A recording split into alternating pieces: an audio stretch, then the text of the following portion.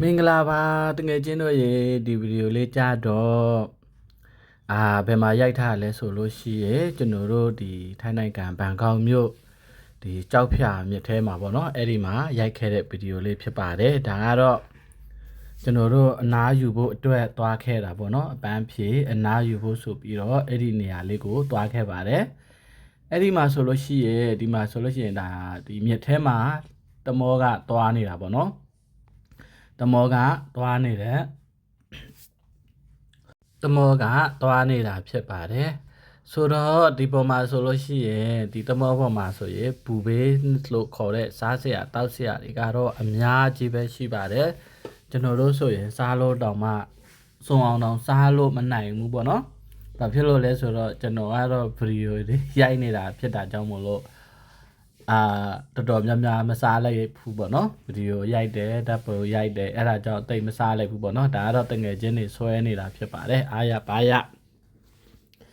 ဆွဲနေတာပေါ့နော်ဒီမှာကြတော့တကယ်တီးတန်းကောကအပန်းဖြေအနားယူတဲ့သူတွေပေါ့နော်ကောင်းကောင်းလေးကိုရဲ့အလုပ်အားတဲ့အချိန်တွေမှာအနားယူကြတာပေါ့နော်အဲ့လိုမျိုးဒီမှာဆိုရင်တဲ့တာကျွန်တော်တို့မြန်မာပြည်သားတွေဖြစ်တယ်ပေါ့နော်ဒါကြတော့ဒီပေါ်မှာကြတော့ဘယ်လိုပုံစံမျိုးလဲဆိုရင်ဒီတမောတွေရဲ့သူတို့ရဲ့ဖွဲ့စည်းပုံကဘယ်လိုပုံစံမျိုးလဲဆိုရင်ဒီအခုမြင်နေရတဲ့ဒီ view တွေကိုကြည့်တာပေါ့နော်ညဘက်ဆိုတော့ဒီမြကန်းတစ်ပေးမှာဆိုလို့ရှိရင်ဒီ window တွေဒီလိုမျိုးပေါ့နော်တိုက်တွေစားသားဆိုင်တွေကမီးတွေကရောင်စုံထွန်းထားတယ်မီးတွေကရောင်စုံထွန်းထားတဲ့အခါကျတော့အရန်လှတယ်ပေါ့နော်အဲ့ဒီနေရာကိုသွားမယ်ဆိုရင်တော့ဒီညဘက်ကိုကျွန်တော်တော့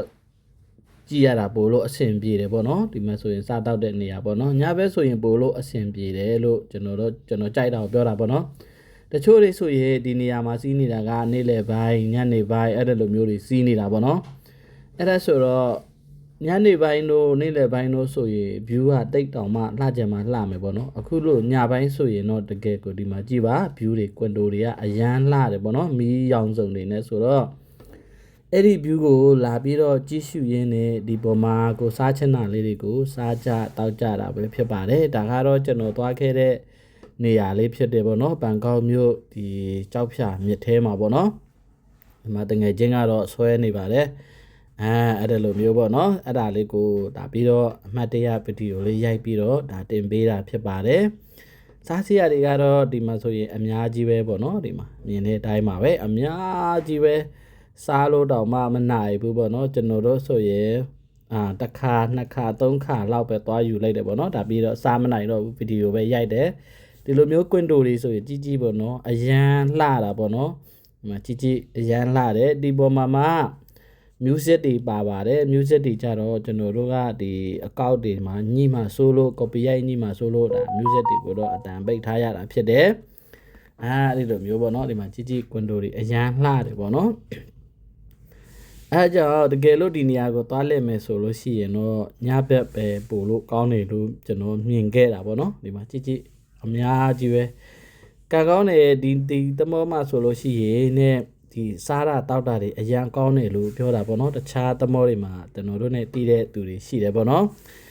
သူတို့တွေကပြောပြတာပေါ့နော်ကိုစီးတဲ့တမောကိုပြပေးကြည့်ပါအဲ့လိုဓာတ်ပုံရိုက်ပြပေးကြည့်ပါဆိုတော့ဓာတ်ပုံရိုက်ပြရတဲ့ခါကျတော့သူတို့တွေကအရန်ကိုမှ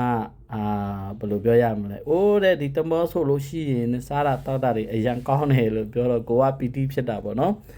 ကိုသွားခဲ့တဲ့ကိုစီးခဲ့တဲ့တမောကဒီအစားအတောက်တွေကောင်းတယ်ဆိုဟုတ်ပါတယ်ကိုစားတဲ့ခါကျတော့လည်းတကယ်ကောင်းပါတယ်ပေါ့နော်စားရတာအရတာလည်းရှိပါတယ်ပေါ့နော်